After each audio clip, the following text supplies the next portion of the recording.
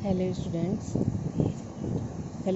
Good morning. अब मैं आप लोगों को ललद्द के बाग का एक्सप्लेनेशन मतलब सप्रसंग व्याख्या समझाने जा रही हूँ। आप ध्यान से सुनिए। रस्सी कच्चे धागे की खींच रही मैं नाव, जाने कब सुन मेरी पुकार, कटे देव भवसागर पार, पानी टपके कच्चे सकोरे, व्यर्थ प्रयास हो रहे मेरे, जी में उठती रह रहे हो, घर जाने की चाह है घेरे। यहाँ पर कवित्री ये बताने का प्रयास कर रही हैं कि किस प्रकार हम यहाँ पर आए थे और हम यहाँ पर आकर कैसा जीवन जीने लगे। तो वो बता रही हैं कि रस्सी कच्चे धागे की खींच रही मैं नाव, कि ये जीवन जो हमारे किसके सहारे चल रहा है, कच्चे धागे की रस्सी से मैं अपने जीवन की नाव को आगे बढ़ा रही हूँ, खींच रही हूँ।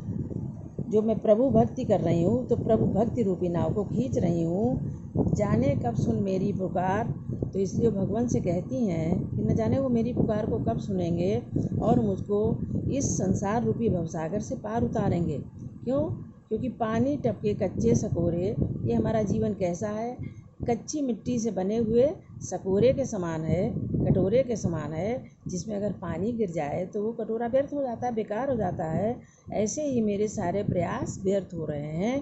क्यों? कि मैं सारा जीवन प्रभु की भक्ति करती रही, लेकिन मुझे प्रभु के दर्शन नहीं हुए। जी में उठती रह रहे हो, घर जाने की चाह घेरे।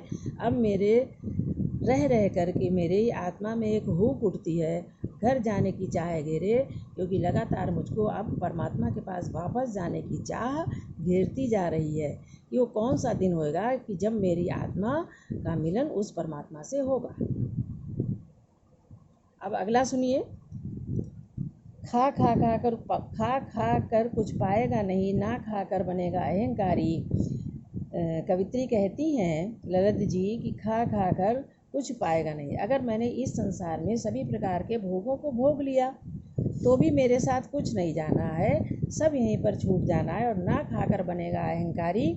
और अगर मैंने किसी भी चीज़ को नहीं पाया, मैंने नहीं खाया, नहीं प्राप्त किया, कोई सुख सुविधा को मैंने नहीं पाया, तो क्या होगा? अगर मैं परित्याग कर देती हूँ हर चीज़ का, तो मैं अहंकारी बन जाऊँगा।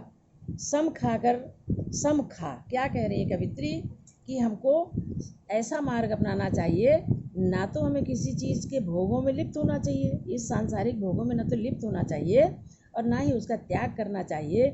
इसलिए हमें भोग और त्याग के बीच का मध्य मार्ग अपनाना चाहिए। क्यों? कि तभी हमको ईश्वर की प्राप्ति होगी। खुलेगी सांकल बंद द्वार की, जो हमारे और ईश्वर के बीच में जो द्वार बंद है, जो कुंडी लगी हुई है, वो तभी खुलेगी। अब हम तीसरा वाक्य शुरू करते हैं। आई सीधी राह से गई न सीधी राह, सुषुम सेतु पर खड़ी थी बीत गया दिना। क्या कह रही कवित्री कि आई तो मैं सीधे रास्ते थी, इस संसार में सीधे रास्ते से चलकर आई थी, लेकिन गई न सीधी राह, लेकिन यहाँ पर आकर के मैंने टेढ़े मेढ़े रास्तों को अपना लिया और मैं भोगों में लिप्त हो गई। सुषुम सेतु पर खड़ी थी बीत गया दिन रहा, और इस प्रकार मैं सुषुम्ना नाड़ी को साधती रही या हठ योग करती रही, जिसमें क्या हुआ, मेरे सारे दिन, जिंदगी के सारे दिन और रातें मेरी बीत गईं। लेकिन जब अंत समय आया, जेब टटोली कौड़ी न पाई। जब मैंने अपने जेब में हाथ डालकर देखा, चलते समय मैंने देखा, जब बुढ़ापा आ गया कि मेरे पास भक्ति की कोई पूंजी है, तो कौड़ी न पाई, तो मेरे पास फूटी कौड़ी भी नहीं थी। और अंत समय में मैं परेशान हूँ कि मैं माझी को क्या उतराई दूँ, क्योंकि मेरे पास तो कुछ बचा ही नहीं है। इस प्रकार हम चौथा आपको समझाते हैं कि जल थल में बसता है शिव जी, भेद न कर क्या हिंदू मुसलमान, ज्ञानी है तो स्वयं को जान, वही है साहिब की पहचान। कवित्री कहती हैं ललद्द जी कि जल और थल में बसता शिव। आप चाहे जल या थल, कहीं भी कोई भी रहता है, हर एक में शिव का ही वास है। शिव के बिना हम लोग एक सांस भी नहीं ले सकते। भेद न कर क्या हिंदू मुसलमान, इसलिए हमें हिंदू और मुसलमान में भेद नहीं करना चाहिए।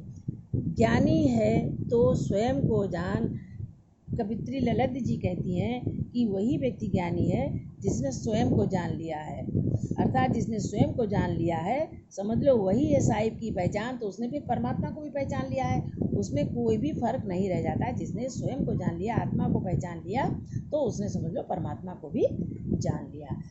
अब सभी को इसी प्रकार सप्रसंग व्याख्या करनी है पूरे की, चारों की संदर्भ एक बार लिखिए, उसके बाद हर एक का प्रसंग लिखिए, उसके बाद व्याख्या लिखनी है। इस प्रकार आपको पूरी करनी है। और अगर कोई विशेष चीज़ आपको इसमें मिलती है, जैसे अलंकार वगैरह हैं, तो आप विशेष डाल करके उन अलंकारों को लिख सकते हैं। और इसके साथ ही हम आपको एक बात और बताना चाहते हैं कि प्रश्नोत्तर की जो PDF आपके पास भेजी गई है, उससे आप प्रश्नोत्तर करें। इस प्रकार का आपका लेसन पूरा हो जाएगा।